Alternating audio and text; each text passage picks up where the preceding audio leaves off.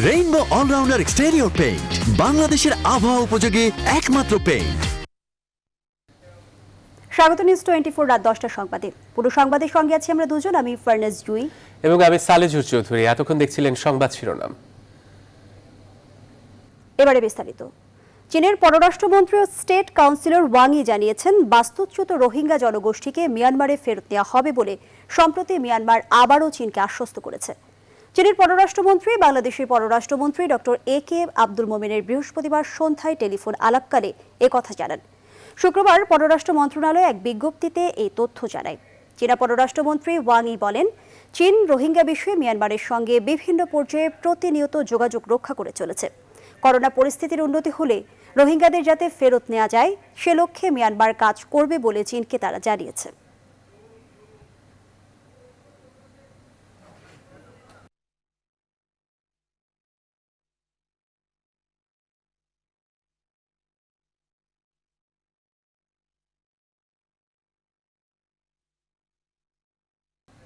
এ বিষয়ে আলোচনা করতে আমাদের সঙ্গে সরাসরি যুক্ত হচ্ছেন সাবেক পররাষ্ট্র সচিব তৌহিদ হোসেন। তৌহিদ হোসেন, আপনাকে স্বাগত জানাচ্ছি। শুরুতেই জানতে চাই, রোহিঙ্গাদের ফেরত দিতে চীনকে আশ্বস্ত করেছে মিয়ানমার, এই পরিপ্রেক্ষিতে বাংলাদেশ কতটা আশাবাদী হতে পারে? ধন্যবাদ আপনাকে। আমার কাছে আসলে মিয়ানমারের আশ্বাসের কোনো মূল্য নেই। মিয়ানমার চীনকে বলেছে যে এই কোভিড সমস্যা দূর হওয়ার পরে তারা রোহিঙ্গাদেরকে ফেরত নেওয়ার ব্যবস্থা করবে। চীন কি বলেছে সেটা হলো এখানে গুরুত্বপূর্ণ। চীন আমাদের পররাষ্ট্রমন্ত্রীকে জানিয়েছে যে মিয়ানমার এই কথা বলেছে, কিন্তু আমি বেশি আগ্রহী জানতে যে চীন মিয়ানমারকে কি বলেছে এবং কতটুকু চাপ দিয়েছে। কারণ মিয়ানমার এ ধরনের কথাবার্তা বলেই যাচ্ছে সবসময়, গত 3 বছর যাবতই বলছে। তারা তো সবসময় বলছে যে তারা তাদের যে লোক যারা তাদেরকে তারা ফেরত নেবে, কিন্তু ফেরত নেওয়ার তো কোনো ধরনের কোনো পরিবেশ তারা সৃষ্টি করেনি। মূল জিনিসটা হচ্ছে যে রোহিঙ্গাদের ফেরত যেতে হলে মিয়ানমারের ভিতরে তাদের ফেরত যাওয়ার মতো পরিবেশ সৃষ্টি করতে হবে। সে লক্ষ্যে মিয়ানমার কোনো ধরনের কোনো পদক্ষেপ এখন পর্যন্ত নিয়েছে বলে আমরা জানি না। এমন নয় যে তাদের সব সমস্যার সমাধান বাংলাদেশ থেকেই হয়ে যাবে, কিন্তু ন্যূনতম নিরাপত্তা এবং ন্যূনতম অধিকারের নিশ্চয়তা ছাড়া তো এই মানুষগুলো তো ফেরত যাবে না মিয়ানমারে। মিয়ানমার সেটা জানে এবং এ কারণেই যেহেতু তারা ফেরত নিতে চায় না, তারা চেষ্টা করতে থাকবে সেরকম পরিবেশ যাতে সৃষ্টি করতে তারা বাধ্য না হয়। জনাব তৌহিদ হোসেন, আরো একটি বিষয় নিয়ে আপনার কাছে জানতে চাই। আমরা বিভিন্ন সময় কিন্তু দেখেছি দাতাদের কাছে বাংলাদেশ জোরালো ভাবেই বলেছে রোহিঙ্গা প্রত্যাবাসন হতেই হবে। এর ইতিবাচক কোনো প্রভাব আশা করা যায় কি? দেখুন, আন্তর্জাতিক সম্প্রদায় কিন্তু যেটাকে আমরা ইংরেজিতে লিপ সার্ভিস বলে থাকি সেটা দিয়ে যাচ্ছে। সেটা খানিকটা কিন্তু এই যে আপনার যে সাপোর্ট দেওয়ার জন্য যে কনফারেন্স হলো, সেখানেও কিন্তু দাতা, শুধু দাতা নয়, মানে বিশ্বের প্রায় সব গুরুত্বপূর্ণ দেশই সেখানে রিপ্রেজেন্টেড ছিল, চীন ভারত বাদ দিয়ে এবং অবশ্যই মিয়ানমার বাদ দিয়ে।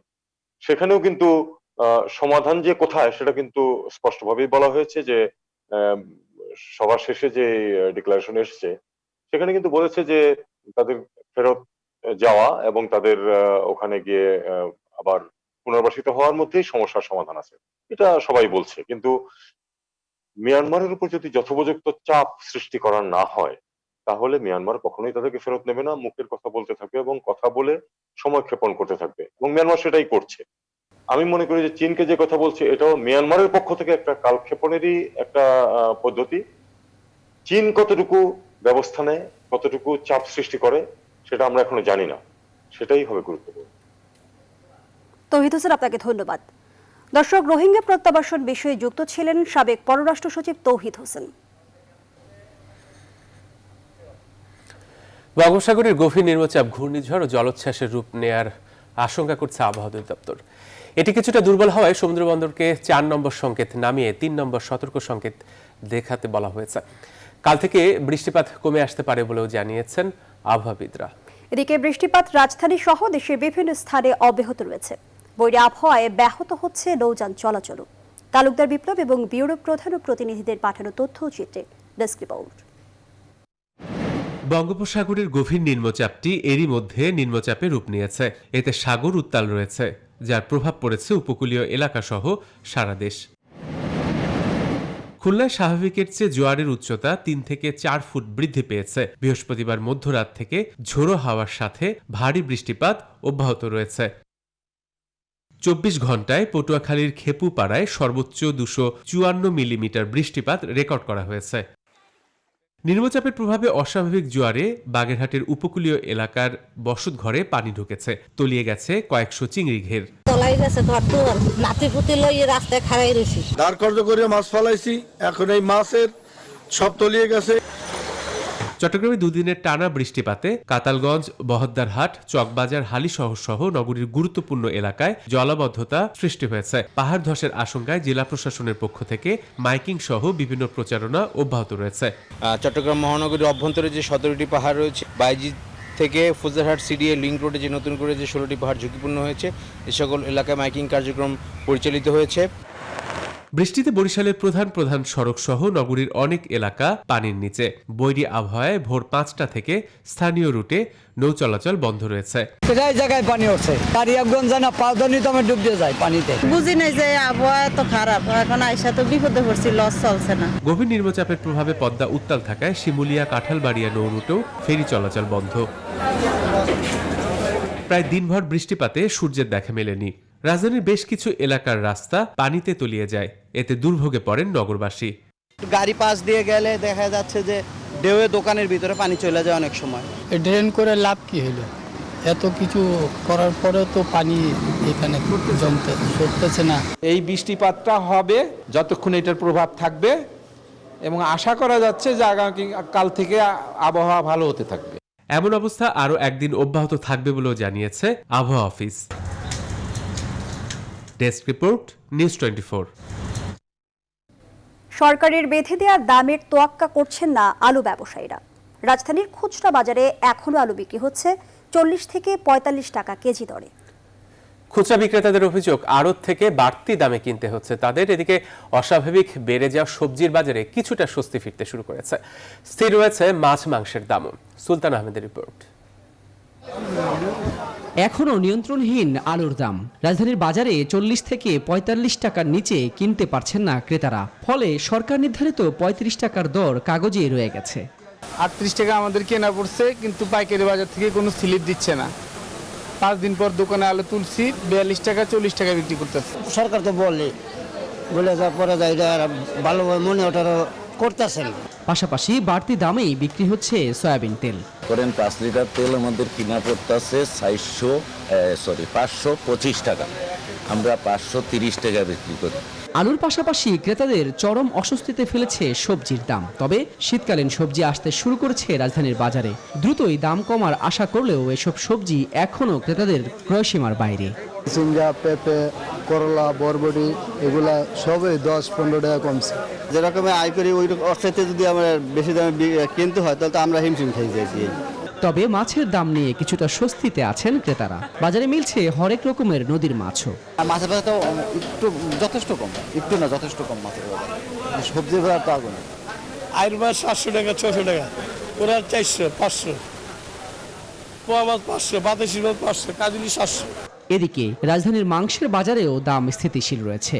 গরুর মাংস 580 টাকা আর খাসির মাংস বিক্রি হচ্ছে 750 টাকা কেজি দরে।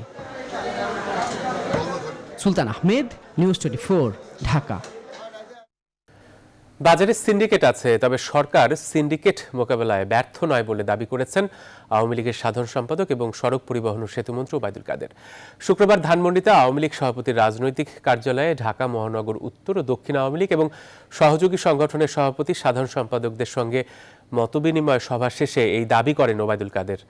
বলেন, আগামী মাস থেকে দলীয় কর্মকাণ্ড পুরোদমে শুরু করতে যাচ্ছে আওয়ামী লীগ। একটা সিন্ডিকেট সবসময় কাজ করে, সিন্ডিকেটের কাছে হেরে যাওয়া এটা কথা ঠিক নয়। আপনি প্রতিবেশী সব দেশের দিকে তাকান, এই করোনা পরিস্থিতিতে বাজার মূল্য কোথাও আমদানি রপ্তানিতে আগের পর্যায়ে কেউ নেই, এবং এখানে উৎপাদনেরও একটা ব্যাপার আছে। দ্রব্যমূল্যের ঊর্ধ্বগতি ও ধর্ষণের প্রতিবাদে সমাবেশ পরবর্তী মিছিল করেছে ইসলামী আন্দোলন বাংলাদেশ। শুক্রবার জুমার নামাজ শেষে বায়তুল মোকাররমের উত্তর গেটে সমাবেশ থেকে দলের নেতারা বলেন, দ্রব্যমূল্য নিয়ন্ত্রণে সরকার পুরোপুরি ব্যর্থ হয়েছে। এ সময় ধর্ষকদের সর্বোচ্চ শাস্তি মৃত্যুদণ্ড কার্যকরের দাবি জানান তারা। পরে ইসলামী আন্দোলনের নেতাকর্মীরা মিছিল নিয়ে বায়তুল মোকাররম থেকে নাইটিঙ্গেলের মোড়ের দিকে যেতে চাইলে তাদের ব্যারিকেড দিয়ে বাধা দেয় পুলিশ।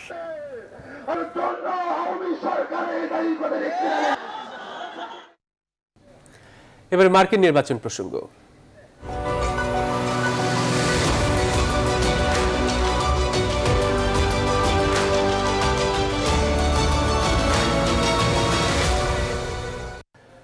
মার্কিন প্রেসিডেন্ট নির্বাচনের আর মাত্র 12 দিন বাকি।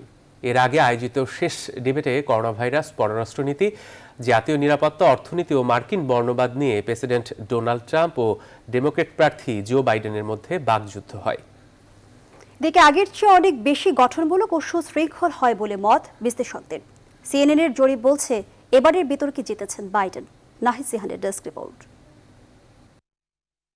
৩ নভেম্বর মার্কিন নির্বাচনের পূর্বে টেনেসির ন্যাশভিল ইউনিভার্সিটিতে আয়োজিত হল ট্রাম্প বাইডেনের চূড়ান্ত বিতর্ক, যার মডারেটর ছিলেন এনবিসি নিউজের Kristen Welker. President Trump coronavirus পরিস্থিতি নিয়ে বিতর্কের শুরুতেই জানান, এক সপ্তাহের মধ্যেই কোভিড-19 ভ্যাকসিন আবিষ্কারের ঘোষণা আসতে যাচ্ছে। কিন্তু বাইডেনের দাবি, ভাইরাস মোকাবেলায় প্রেসিডেন্ট ট্রাম্পের কোনো স্পষ্ট পরিকল্পনা নেই।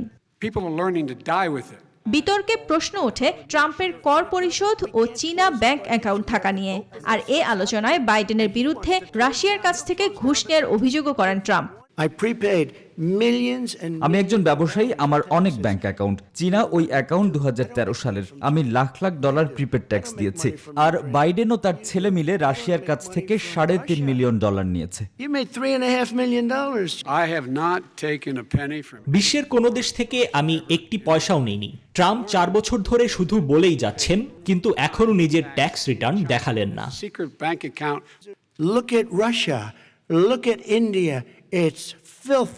এছাড়া জলবায়ু ইস্যুতে ট্রাম্প বলেন, রাশিয়া, চীন ও ভারতের বাতাস নোংরা। প্যারিস জলবায়ু চুক্তির নামে লাখো ডলার নষ্ট করতে নারাজ তিনি।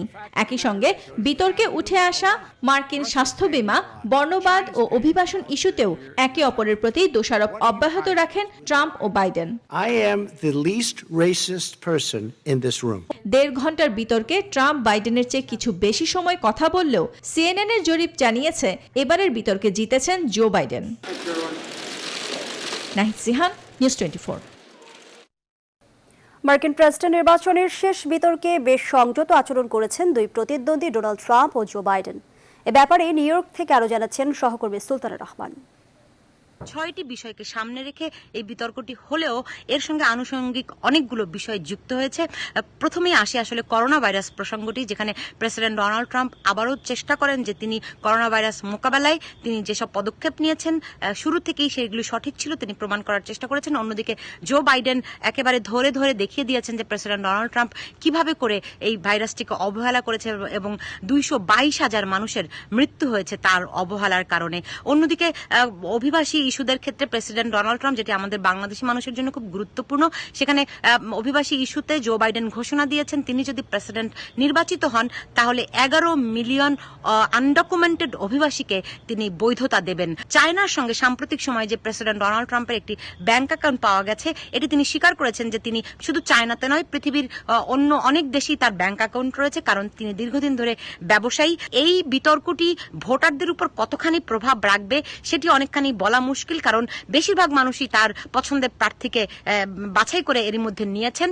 আপনারা অনেকেই জানেন যে এরই মধ্যে প্রায় 3 কোটি মানুষ আগাম ভোট দিয়ে ফেলেছেন এবং যারা প্রেসিডেন্ট ডোনাল্ড ট্রাম্প কিংবা জো বাইডেন কোন প্রার্থী তাদের পছন্দ তার এক ধরনের মাইন্ডসেট এরই মধ্যে করে নিয়েছেন যারা এখনো ভোট দেননি। কিন্তু যেই মূল স্টেটগুলো এখানে রয়েছে, সুইং স্টেটগুলো, যারা যেই সব ভোটাররা এখনো সিদ্ধান্ত নেননি কাকে তারা বাছাই করবেন, তাদের ক্ষেত্রে হয়তো এই বিতর্কটি খুবই গুরুত্বপূর্ণ প্রভাব রাখবে।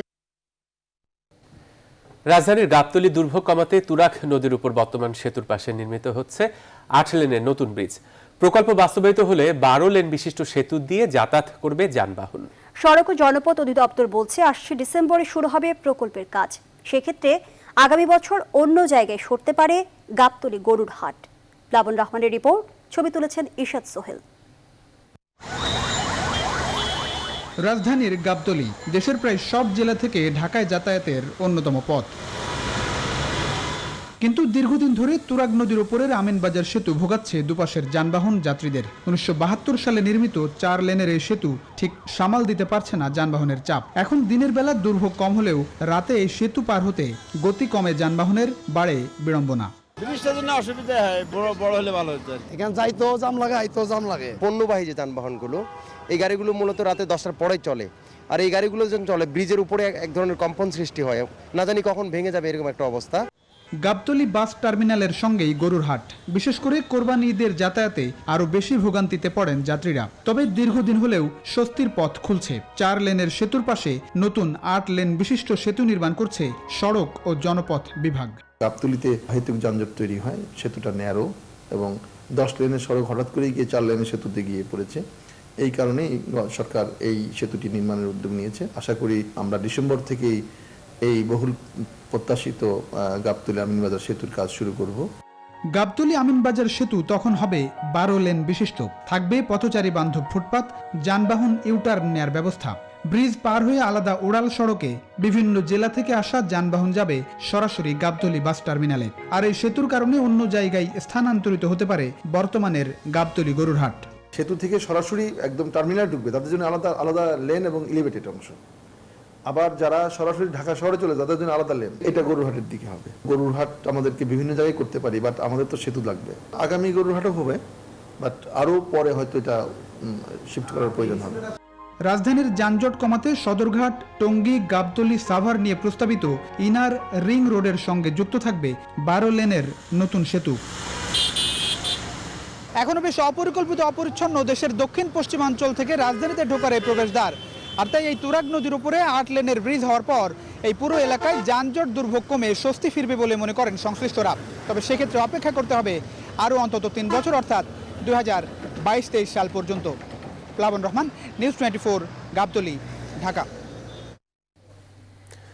রাত 10টার সংবাদের সময় হলো একটা বিরতির। সাথেই থাকুন।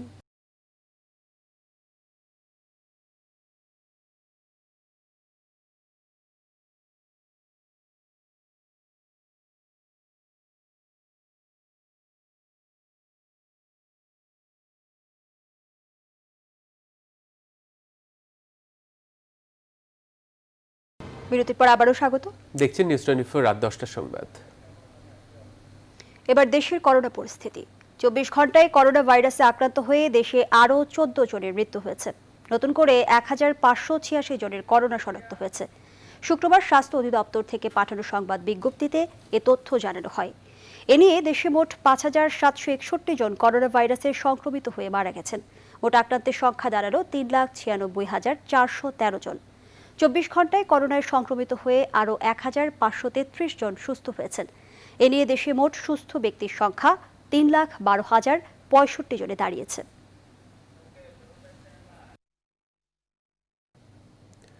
এবারে বৈশ্বিক করোনা পরিস্থিতির খবর। সারা বিশ্বে করোনা ভাইরাসের দ্বিতীয় ঢেউয়ে এখন সবচেয়ে নাজেহাল ইউরোপ। গেল 24 ঘন্টায় ফ্রান্সে আক্রান্ত হয়েছেন 41,000 মানুষ। এছাড়াও হটস্পট হিসেবে যুক্তরাজ্যে 21,000, স্পেনে 20,000 এবং ইতালিতে 16,000 মানুষ নতুন করে আক্রান্ত হয়েছে। এই অবস্থায় ফ্রান্সের রাত্রিকালীন কারফিউ আরও বেশি সংখ্যক এলাকা জুড়ে জারির সিদ্ধান্ত জানিয়েছে কর্তৃপক্ষ। ইউরোপ জুড়ে ভ্রমণ সতর্কতা জারি করেছে জার্মানি। ভারতেও আক্রান্ত ও মৃতের হার একইভাবে ঊর্ধ্বগতি।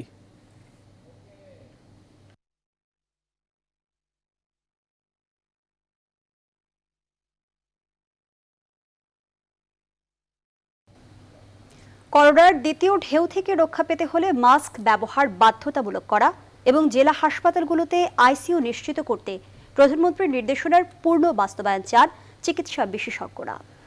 পাশাপাশি আইসিইউগুলো পরিচালনার জন্য দ্রুততার সঙ্গে জনবল তৈরির দিকেও সরকারের মনোযোগী হওয়া উচিত বলে অভিমত তাদের। তারা বলছেন, সংক্রমণ ঠেকাতে আক্রান্তদের আইসোলেশন নিশ্চিত করতে হবে 100%। আরও জানাচ্ছেন তানজিন মেহেদি। প্রকৃতির হিসেব বলছে শীত আসি করছে। শীত প্রধান দেশগুলোর অভিজ্ঞতা থেকে দেখা যায়, ঠান্ডা বাড়ার সঙ্গে সঙ্গে করোনা ভাইরাসের দ্বিতীয় ঢেউ আঘাত হানার শঙ্কাও বাড়ছে। মাস্ক পরা বাধ্যতামূলক করা ছাড়াও বেশ কিছু পদক্ষেপ গ্রহণে এরই মধ্যে সংশ্লিষ্টদের নির্দেশনা দিয়েছেন প্রধানমন্ত্রী শেখ হাসিনা। বিশেষজ্ঞরাও বলছেন শীতের সময় নানা উৎসব আয়োজনের কারণে জনসমাগম বেড়ে যায়। সংক্রমণ থেকে সুরক্ষিত থাকতে হলে স্বাস্থ্যবিধি মেনে চলার কোনো বিকল্প নেই। মাস্ক পরা, ডিস্টেন্স মেনটেন করা যেখানে খুব বেশি সম্ভব হচ্ছে না, রাস্তাঘাটে সম্ভব কিন্তু বাজারে খুব অসুবিধা হচ্ছে। কিন্তু হাত ধোয়ার ব্যবস্থা করতে হবে। আরেকটা হাত ধোয়ার ব্যবস্থা করতে হবে বাসের যে স্ট্যান্ড গুলো আছে, যারা লক্ষণযুক্ত তাদেরকে পরীক্ষা করে আইসোলেশন করা এবং তাদের বন্ধুদের এবং স্বজনদেরকে কোয়ারেন্টাইন করা, এই কাজটি সবচেয়ে বেশি জরুরি। সরকার যদি সহায়তা না করে, স্বাস্থ্য বিভাগ যদি সহায়তা না করে, মানুষের বাড়ি বাড়ি গিয়ে রোগী খুঁজে তাকে যদি আমরা আইসোলেশন না করি, তাহলে কিন্তু সংক্রমণটা বাড়তেই থাকবে। জনস্বাস্থ্য বিশেষজ্ঞরা বলছেন চিকিৎসা ক্ষেত্রে অনেক দুর্বলতা কাটিয়ে উঠেছে দেশ। তবে কেন্দ্রীয় অক্সিজেন ব্যবস্থা বাড়াতে পারলে করোনার দ্বিতীয় ঢেউ মোকাবিলা অনেকটা সহজ হয়ে উঠতে পারে। জেলা লেভেলে একটা করে আইসিইউ থাকতে হবে। এখন এই নির্দেশনা কতটুকু প্রতিপালিত হয়েছে সেটা দেখতে হবে। উপজেলা লেভেল পর্যন্ত প্রত্যেকটা হাসপাতালে সেন্ট্রাল অক্সিজেন সাপ্লাই থাকতে হবে। চিকিৎসক ও নার্সদেরকে খুব দ্রুত আইসিইউ চালাবার জন্য দ্রুত প্রশিক্ষণ নিয়ে ফেলতে হবে। 1 মাসের প্রশিক্ষণ হোক বা 2 মাসের প্রশিক্ষণ হোক এই সময়টাতে, কারণ আইসিইউ যত আছে তত প্রশিক্ষিত জনবল কিন্তু নেই। করোনা টেস্টের পরিধি বাড়াতে হবে, তৃণমূল পর্যায়ে অ্যান্টিজেন টেস্টের ব্যবস্থা করতে হবে। সারা দেশে একটি করোনা জরিপ করে দেশে করোনার সত্যিকারের চিত্রটি তুলে ধরতে হবে। গত কিছুদিনে করোনা পরিস্থিতির কিছুটা উন্নতি হলেও গত 8 মাসে আক্রান্তের সংখ্যা প্রায় 4 লাখ, আর মারা গেছে 5,500-এরও বেশি মানুষ। Tanjir Mehedi, news 24, Dhaka. Plasma therapy corona virus আক্রান্ত রোগীর মৃত্যুর ঝুঁকি কমাতে পারে না। নতুন এক গবেষণায় এমন তথ্য উঠে এসেছে। ব্রিটিশ মেডিকেল জার্নাল বিএমজির গবেষণা নিবন্ধে বলা হয়েছে, কোভিড-19 থেকে সেরে ওঠা ব্যক্তির অ্যান্টিবডি সমৃদ্ধ প্লাজমা আক্রান্ত রোগীর দেহে প্রয়োগ করেও মৃত্যু ঝুঁকি কমানো যায়নি। করোনা ভাইরাসের বিরুদ্ধে প্লাজমা সামান্যই কার্যকর বলে দেখা গেছে। হাসপাতালে ভর্তি হওয়া 400-র বেশি কোভিড-19 রোগীর ওপর ট্রায়াল চালিয়ে গবেষণাটি করা হয়েছে। করোনা ভাইরাসে সংক্রমিত রোগীদের চিকিৎসায়ও কয়েকটি দেশে প্লাজমা থেরাপির ব্যবহার চলছে।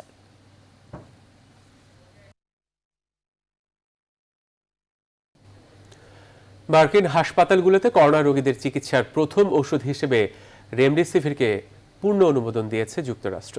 এর পাশাপাশি করোনা ভ্যাকসিনের ক্লিনিক্যাল ট্রায়ালে কিশোরদের যুক্ত করেছে মার্কিন কোম্পানি ফাইজার। আর তৃতীয় ধাপের পরীক্ষার অনুমতি পেল ভারতের কোভাক্সিন। নিবিড় আমিরের desk report.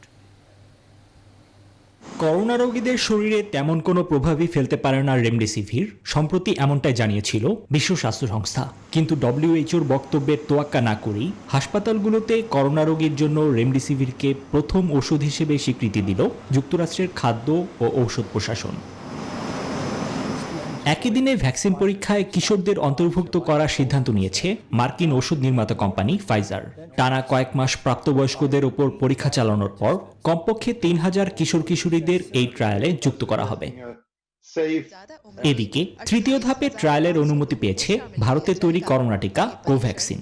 Drugs controller general of India জানিয়েছে আগামী মাস থেকে শুরু হবে এ ট্রায়াল। তবে করোনা রোগীদের ওপর প্লাজমা প্রয়োগে উল্লেখযোগ্য কোনো পরিবর্তন আসে না বলে জানিয়েছে ভারত। প্লাজমা পদ্ধতিতে করোনা রোগীকে মুমূর্ষু অবস্থা বা মৃত্যু থেকে বাঁচানো যায় না বলেই দেখা গেছে দেশটির সাম্প্রতিক এক গবেষণায়। নিবিড় আমিন, নিউজ 24। আনুষ্ঠানিকভাবে নির্বাচনী প্রচারণা শুরু করল ঢাকা 8 আসনের উপনির্বাচনে আওয়ামী লীগের প্রার্থী হাবিব হাসান। শুক্রবার দুপুরে জুমার নামাজ শেষে উত্তরখান মাজার এলাকা থেকে নির্বাচনী প্রচারণা শুরু করেন তিনি। উপনির্বাচনে ভোটারদেরকে স্বাস্থ্যবিধি মেনে ভোট কেন্দ্রে যাওয়ার আহ্বান জানান হাবিব হাসান। এ সময় ঢাকা মহানগর উত্তর আওয়ামী লীগের সভাপতি ও প্রধান নির্বাচনী সমন্বয়ক ফজলুর রহমান ও সাধারণ সম্পাদক মান্নান কোচি প্রচারণায় উপস্থিত ছিলেন।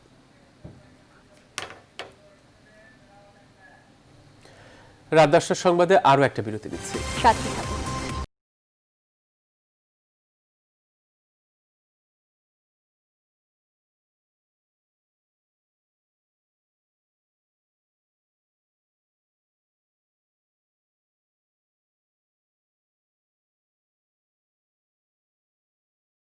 বিরতির পর আবারও স্বাগত। দেখছেন নিউজ 24 রাত 10টার সংবাদ। শেরপুরের শ্রীবর্দী উপজেলা আওয়ামী লীগ নেতা হাসান হাবিবের স্ত্রী নির্যাতনের শিকার শিশু গৃহকর্মী সাদিয়া মারা গেছে। নির্যাতনে গুরুতর আহত হয়ে ময়মনসিংহ মেডিকেল কলেজ হাসপাতালে চিকিৎসাধীন ছিল সাদিয়া। শুক্রবার সন্ধ্যায় মৃত্যু হয় তার। সাদিয়াকে নির্যাতনের মামলায় আহসান হাবিবের স্ত্রী রুমানা জামান পুলিশ হেফাজতে রয়েছেন। শ্রীবর্দী থানা পুলিশ জানিয়েছে, ময়নাতদন্ত শেষে লাশ উপজেলায় আসার পর মামলার পরবর্তী আইনি কার্যক্রম শুরু হবে। এর আগে 26 সেপ্টেম্বর রাতে 999 নম্বরে ফোন পেয়ে সাদিয়াকে গুরুতর আহত অবস্থায় উদ্ধার করে পুলিশ। এ সময় আটক করা হয় গৃহকর্ত্রী রুমানা জামানকে। রংপুরে পায়ুপথে বাতাস ঢুকে নির্যাতনের ঘটনায় লাইফ সাপোর্টে থাকা বৃদ্ধ মহিরুদ্দিন মারা গেছেন। শুক্রবার সকালে রংপুর মেডিকেল কলেজ হাসপাতালে চিকিৎসাধীন অবস্থায় তিনি মারা যান। স্থানীয়রা জানান, মাহিগঞ্জ এলাকায় একটি ফিড কারখানায় কাজ করতেন মহিরুদ্দিন। বুধবার বিকেলে ফিড মিলের মেশিন পরিষ্কার করার হাওয়া মেশিন নিয়ে রশিদুলের সঙ্গে তার কথা কাটাকাটি হয়। এক পর্যায়ে রশিদুল মেশিনের বাতাস বের হওয়া পাইপ মহিরুদ্দিনের পায়ুপথে ঢুকিয়ে দেয়। নারায়ণগঞ্জের রূপগঞ্জের প্রিমিয়ার স্টিল মিলে গলিত লোহায় দগ্ধ আরও এক শ্রমিকের মৃত্যু হয়েছে। শুক্রবার রাতে ঢাকা মেডিকেল কলেজ হাসপাতালের বার্ন ইউনিটে চিকিৎসাধীন শাকিল নামে ওই শ্রমিকের মৃত্যু হয়। এ নিয়ে ওই ঘটনায় 2 শ্রমিকের মৃত্যু হলো। এর আগে বৃহস্পতিবার রাত 2:30টায় ওই কারখানায় শ্রমিকদের উপর গলিত লোহা ছিটকে পড়ার ঘটনা ঘটে। সেখানে 6 জন আহত হন। এর মধ্যে মিজানুর রহমান নামে একজন ঘটনার কিছুক্ষণ পরে মারা যান। বাকিদের ঢাকা মেডিকেলে ভর্তি করা হয়। অনলাইনে প্রতারণা ও মানি লন্ডারিং এর অভিযোগে স্যামুয়েল নামে এক নাইজেরিয়ানকে আটক করেছে এনএসআই ও র্যাব। গেল বুধবার রাতে রাজধানীর খিলক্ষেত এলাকা থেকে তাকে আটক করা হয়। বেশ কিছুদিন ধরে ওই বিদেশি এনএসআই এর নজরদারিতে ছিল বলে জানিয়েছে জাতীয় নিরাপত্তা সংস্থা। সম্প্রতি অনলাইনে কোকাকোলা কোম্পানির নামে পুরস্কারের প্রলোভন দেখিয়ে বেশ কয়েকজনের কাছ থেকে টাকা হাতিয়ে নিয়েছে ওই নাইজেরিয়ান। আটকের পর তাকে খিলক্ষেত থানায় সোপর্দ করা হয়।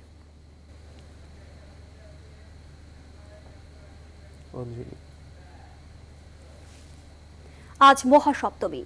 সকাল 8:30টায় নবপত্রিকা প্রবেশ ও সপ্তমী বিহিত পূজা শেষে দেবী দুর্গার চরণে অঞ্জলি দেন ভক্তরা। তবে করোনা মহামারীর কারণে মণ্ডপে না যেয়ে পুজো উদযাপন কমিটির নির্দেশনায় সরাসরি সম্প্রচার দেখে ঘরে থেকে অঞ্জলি দিয়েছেন বেশিরভাগ সনাতন ধর্মাবলম্বীরা। অঞ্জলি দেয়া শেষে করোনা মোকাবেলায় আর বিশ্ব শান্তি কামনায় দুপুর 12টায় বিশেষ প্রার্থনা করা হয় মন্দিরে মন্দিরে। মারুফা রহমানের রিপোর্ট।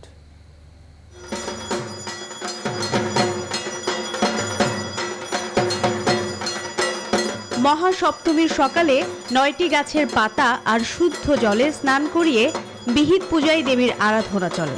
সপ্তমীর দিনে দেবী হলেন সার্বজনীন, আর ভক্তরা কুড়াতে এলেন তার আশীর্বাদ। জানি না, হয়তো আজকেই প্রথম, আজকেই শেষ এই পূজায় আমরা মায়ের দর্শন করতে আসলাম। অনেকেই ঘরে বসে দিবে, আবার অনেকেই এখানে আসবে।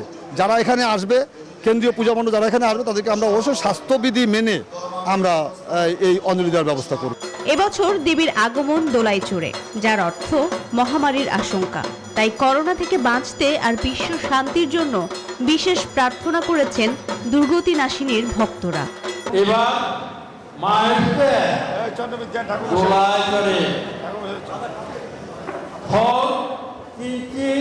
অশুভ যা আমরা প্রত্যক্ষভাবে লক্ষ্য করছি, মায়ের কাছে কায় মনোবাক্যে আমাদের প্রার্থনা, মা যেন সকল অশুভ শক্তি বিনাশ করেন। এবছর উৎসব না হলেও ভক্তরা সারা বিশ্বের মতোই তা মেনে নিয়ে দিয়েছেন মনের অঞ্জলি। মায়ের কাছে একটাই চাওয়া যে দেশের এরকম পরিস্থিতির মধ্যে মা যেন সবাইকে অনেক সুস্থ করে দেয়। মায়ের আগমনের মাধ্যমে উনি যেভাবে অসুরকে বধ করেন, সেভাবে আমাদের জীবন থেকে করোনাকেও দূর করবেন। মায়ের কাছে একটাই চাওয়া যেন মায়ের সাথে সাথে সবকিছু মহাবিশ্ব করোনা থেকে যেন আমরা সবাই একটু সুস্থ থাকতে পারি। করোনা মহামারীর কারণে এবার অঞ্জলি দেওয়ার ব্যবস্থা করা হয়েছে সরাসরি টেলিভিশন এবং ফেসবুকে। ভক্তদের বাসায় বসেই অঞ্জলি দেওয়ার আহ্বান জানিয়েছে বাংলাদেশ পূজা উদযাপন পরিষদ। মারুফা রহমান, নিউজ 24, ঢাকা। সামাজিক দূরত্ব, স্বাস্থ্যবিধি মেনে দুর্গাপূজার সব আনুষ্ঠানিকতা পালনের আহ্বান জানিয়েছেন র্যাবের মহাপরিচালক চৌধুরী আব্দুল্লাহ আল মামুন। শুক্রবার বিকেলে রাজধানীর রমনা কালী মন্দির পূজা মণ্ডপের সার্বিক নিরাপত্তা পরিস্থিতি পর্যবেক্ষণ শেষে তিনি কথা বলেন। স্বাস্থ্যবিধি অনুসরণ করে আমরা এই পূজা উদযাপন করব, শৃঙ্খলার সাথে সুশৃঙ্খলভাবে আমরা করব। আমরা সকলেই এই অনুষ্ঠানের সাথে আপনাদের সাথে আছি, আপনাদের নিরাপত্তার জন্য আছি, আপনাকে সহযোগিতা প্রদানের জন্য আছি। সংবাদে আবারও বিরতি নিচ্ছি। সাথে থাকুন।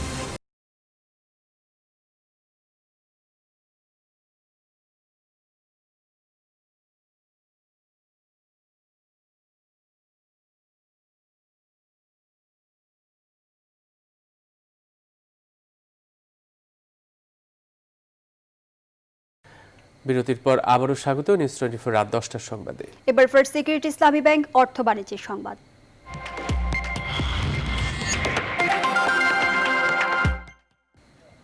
মালয়েশিয়ার বহুল আলোচিত 1MDB দুর্নীতি কেলেঙ্কারিতে নিজেদের ভূমিকার কথা স্বীকার করেছে যুক্তরাষ্ট্রভিত্তিক বহুজাতিক ব্যাংক গোল্ডম্যান স্যাক্স। আর চলমান তদন্ত বন্ধে প্রায় 300 কোটি মার্কিন ডলার দিতে রাজি হয়েছে তারা।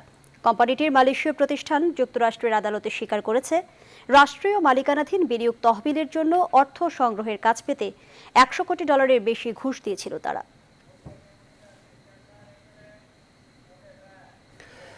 7 মাসের বিরতি ভেঙে খুলল সংস্কৃতি চর্চার সূতিকাগার বাংলাদেশ শিল্পকলা একাডেমি। 3 নাটক আর শরৎ উৎসবে প্রথম দিনেই মুখর ছিল এই আঙিনা। সেই সাথে 23 অক্টোবর থেকে খুলেছে স্টার সিনেপ্লেক্সের সবগুলো শাখা। প্রথম দিনে সেখানে সিনেমা প্রেমীদের উপস্থিতিও ছিল চোখে পড়ার মতো। বিস্তারিত জানাচ্ছেন ফাতিমা কাউসার। হেমন্তে এসেও শরতের বৃষ্টি মঞ্চে নাটক দেখা ও অনুষ্ঠান উপভোগের ক্ষেত্রে একটিও বাধা হয়ে দাঁড়াতে পারেনি। ছুটির দিনে তাই এই অঙ্গনে নেমে আসে আনন্দধারা। শিল্পী ও দর্শকদের কোলাহলে মুখর হয়ে ওঠে শুক্রবার সন্ধ্যা। এদিন জাতীয় নাট্যশালার মূল মিলনায়তনে মঞ্চস্থ হয় পালাকারের নাটক উজানের মৃত্যু। পরীক্ষণ থিয়েটার হলে জাগরণী থিয়েটার প্রযোজিত নাটক রাজার চিঠি এবং স্টুডিও থিয়েটার হলে চলে খেয়ালি নাট্যগোষ্ঠীর প্রতিষ্ঠাতা AK কবিরের স্মরণে 2 দিনব্যাপী স্মরণ অনুষ্ঠান। 7 মাস 5 দিন পর নাট্যকর্মীদের দীর্ঘদিনের দাবির মুখে খুলে দেওয়া হয় একাডেমির এসব মিলনায়তন। তার সঙ্গে আনন্দের খবর, এসব মিলনায়তন বিনা ভাড়ায় পান সংশ্লিষ্টরা। স্বাস্থ্যবিধি মেনে সংস্কার শুরু করার জন্য সেখানে হল ভাড়াতে ভর্তুকি দিতে হয়, ভর্তুকি দেবো। খুব ভালো লাগছে যে ইনশাল্লাহ সব দরজায় খুলে যাবে। শিল্পকলাটা খুলে দেওয়াতে হচ্ছে আমাদের থিয়েটার কর্মীদের জন্য একটা ঈদের মতো। অনেক দিন ধরে বাসায় ছিলাম, তো আজকে ফার্স্ট টাইম থিয়েটারে দেখতে আসলাম।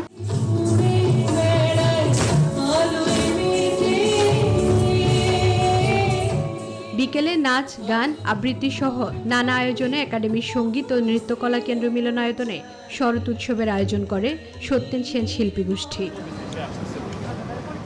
7 মাস পর 49 বাতাস সিনেমা দিয়ে খোলে বসুন্ধরা সিটি স্টার সিনেপ্লেক্স। প্রথম দিনেই সেখানে দর্শকদের উপস্থিতি ছিল চোখে পড়ার মতো। ফাতেমা কাউসার, নিউজ 24, ঢাকা। এই ছিল এখনকার সংবাদ আয়োজন। সাথে থাকায় সবাইকে ধন্যবাদ।